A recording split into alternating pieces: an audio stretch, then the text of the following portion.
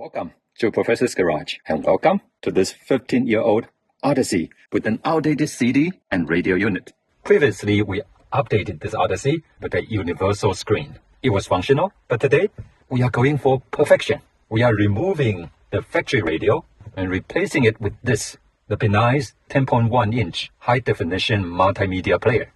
This isn't just a screen, it's a massive command center powered by Android 13. It supports Apple CarPlay and Android Auto. It's an exact fit, plug and play, and it makes this 2010 Odyssey feel like a 2026 luxury liner. Let's modernize this ride. We're removing the center stack. Now to access the radio unit, we need to clear the way. We do need to remove this trim, the central bezel surrounding the vents, but don't just rip it off. Let's use some of these plastic trim removal tools. Start on the driver's side. Insert your pry tool and gently leverage it until you hear the first pop.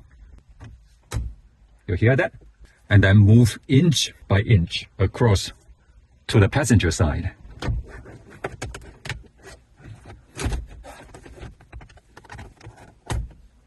This is one of those clips holding the trim.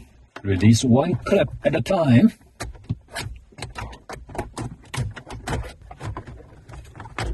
Once the clips are free, the trim will slide right out. Disconnect the light switch, the hazard switch, and AC controls in the back, and you can remove this whole piece and have clear access to unscrew the radio. So we need to disconnect the connectors in order to remove this trim piece. So on each connector, there's always a tab that you can depress to pull it out. And let's see if you can see from this angle. So this is the next to the shifter. And then this is the connector here. And then on the side, there's a tab, and then you can pull it down once you depress the tab. It's loose. I can use a small panel removal tool just to get in here and then pry it away. Okay, it's off. And let me show you the connector. Press this tab, pull it out or pull it down to remove it. Now this connector is disconnected. You have one more in the middle and then one on the side. One here. Depress the tab and pull it down. Yes, press the tab and then pull it down. One more next to the shifter in the middle. Again, you notice the tab here. Press it and then pull it out. Press it and then pull it out. Okay, very simple. And now this trim is removed. Put it aside. So these are the clips, metal clips that hold this piece in place. One connector here, one down here, and then this is on the driver's side. Now, they are Phillips screws from the outside, and there's actually one down there that we need to remove before this can come out. So let's remove them.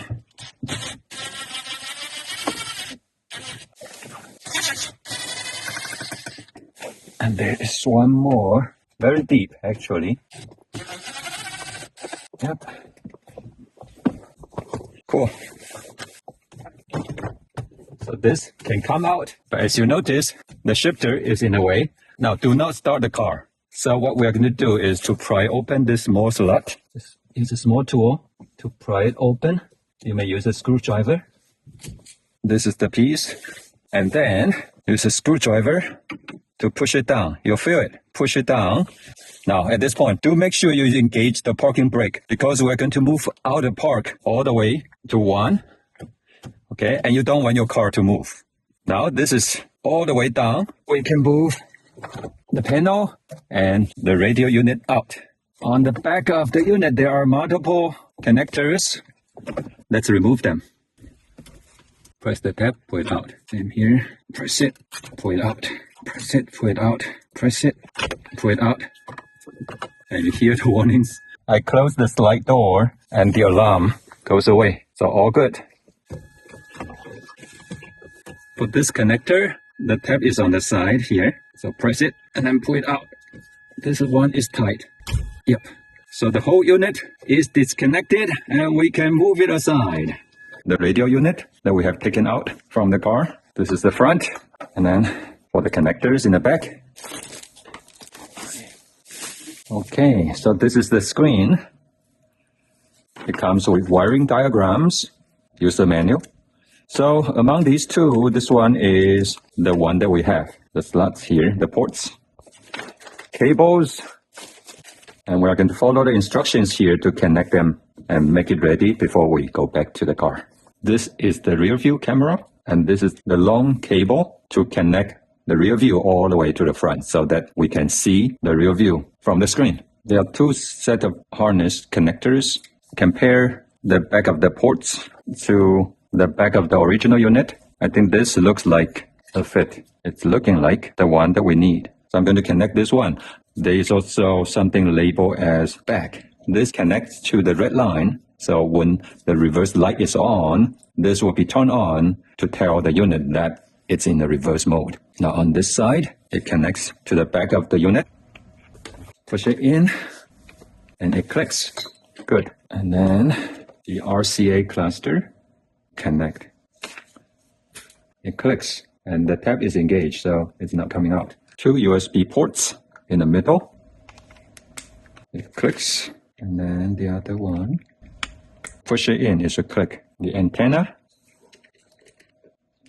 Good. If you want to use the microphone for this unit, you can plug it in. This is the microphone, but normally I would just use your phone's microphone when we connect the phone to the CarPlay module. The camera cable, so let's plug it in. Yep, it's in. For the original radio, so let's just plug it in. With everything connected except for the rear camera, we're going to go back to the car and connect the screen to the system and test it before we proceed from there. Connect the back of the screen to the connectors of the car. The connector must go here. It connects this one. Yep, it works so far. This is the original radio. Yep. Put this shifter back to park. Use a screwdriver. Push it down. Push it all the way to P. Let's turn on the car to ignition. Do not start the car. It's a touch screen. The touch works nicely. The D-Link app is for CarPlay and Android Auto. Let's test the audio using media already on this system. It looks delicious and sounds great. Excellent. Now I'm really happy with the audio. The next challenge, test CarPlay and Android Auto and then connect the rear view camera and make sure it will turn on when we put the shifter into reverse. Now we have tested the screen. It's powered on when the car starts and its audio sounds beautiful. It's fully integrated into the car's audio system. As far as this screen goes, everything checks out and there's no warning, nothing on the dash. So we are good to go with the screen. Now, our task is to connect to a rear view so that when we shift to reverse, the rear view will be turned on the screen as a safety feature. And this is the long cable for the rear view camera. You connect one side to the screen and then the other to the rear view. The red wire is for the signal from the reverse light. To hide the cable while it routes all the way to the back, I just found the best routing is from here. So on the side, there's a cover here. Just pry this open. There's a hole, so the cable can go through the hole. And if you follow the light, just pass the cable through the empty space to reach the back of the screen here. Put this cable in. The cable runs through down here. Put it back up to reach the back of the center console, the screen. It's difficult to pass it up, so I'm using this to fish it. Push this through, secure the cable, pull it up. We're going to pass the cable through an empty space here. Right from here. Now it's easy. Okay, now it's all the way to the back. This is great. So this is not getting in the way of anything. So you cannot see the cable down there. And then it goes up here. This cable from the back. And now, just connect to camera. This one, the red signal, should connect to this wire. And the label says back. This is actually for the rear view camera. Now we are going to splice the two together.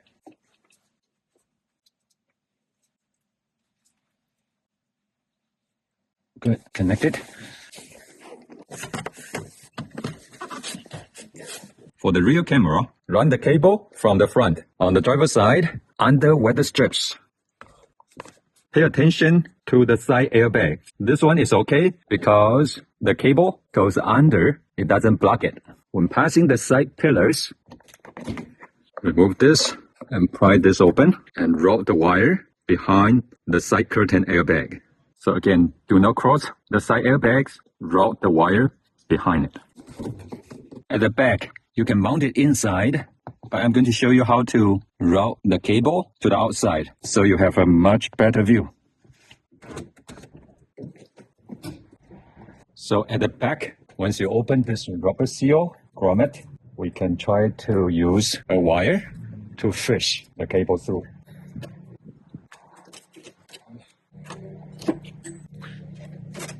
Great. Now, if passing through this is too difficult, or you worry about damaging the wires during this process, another approach is to cut a small slot so that we can pass the cable through on both sides of the seal.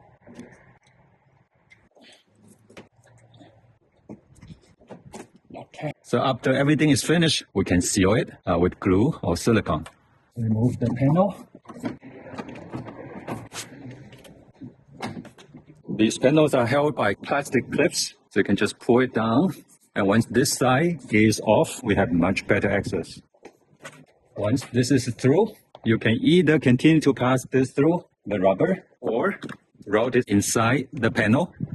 So go inside the panel, route it all the way to the bottom. Once you open up this panel at the bottom of the tailgate, you can route this cable all the way to the outside. And let me show you a spot that I think it's easy to access from here. So this is in the middle. In the back of the license plate, there are two lights. So one here, the other light. Okay, so this is the license plate light housing. Grab it from both sides and then remove it. The light housing. And once you remove it, you will see here's the cover. So this is the outside view. Drill a hole and then you can pass the cable through. There are two lights. You can use either one of these. We need to drill a bigger hole for the cable to go through. Yep, easy. Now let's see. Yes. And then after everything is done, you can seal it with silicone.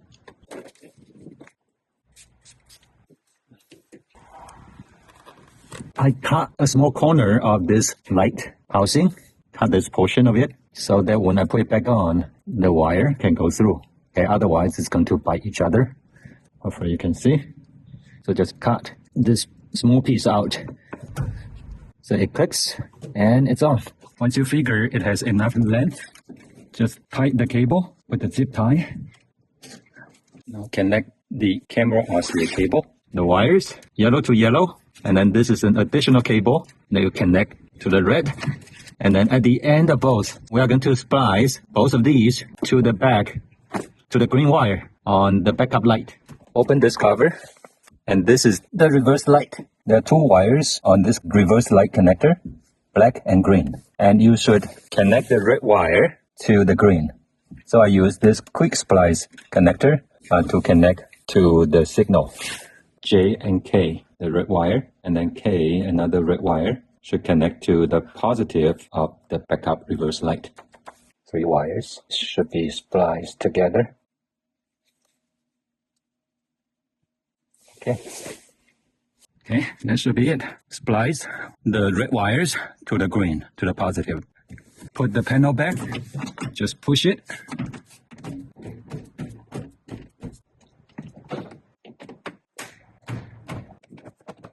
Good. Put this cover back and you should be good to go. Let's put into reverse. Yes. Great. So right now I'm going to shut off the car. I know everything works. We probably don't need the USB ports, but we are going to route them to the glove box. Fish them. Attach the antenna to the ceiling. This is plastic, so it's not going to interfere. Now, tuck everything to the back. Two tabs, insert into the two slots here. Make sure everything is tucked away. 2 tabs on top that you want to press under the plastic housing, so it will be secure in there. And then we can push it in. Now it's secure.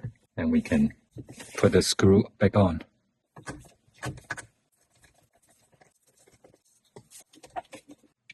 Yeah, now it feels secure. Before I forget, let's put the small piece cover back. Put the trim back.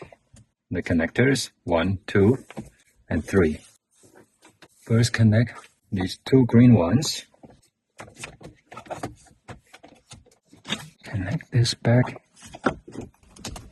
Put this in. Connector on the left, on the steering side. Okay. Put this cover roughly in place.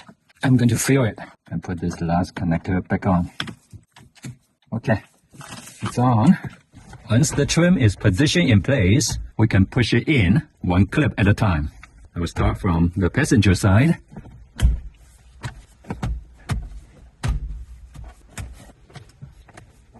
It's all in.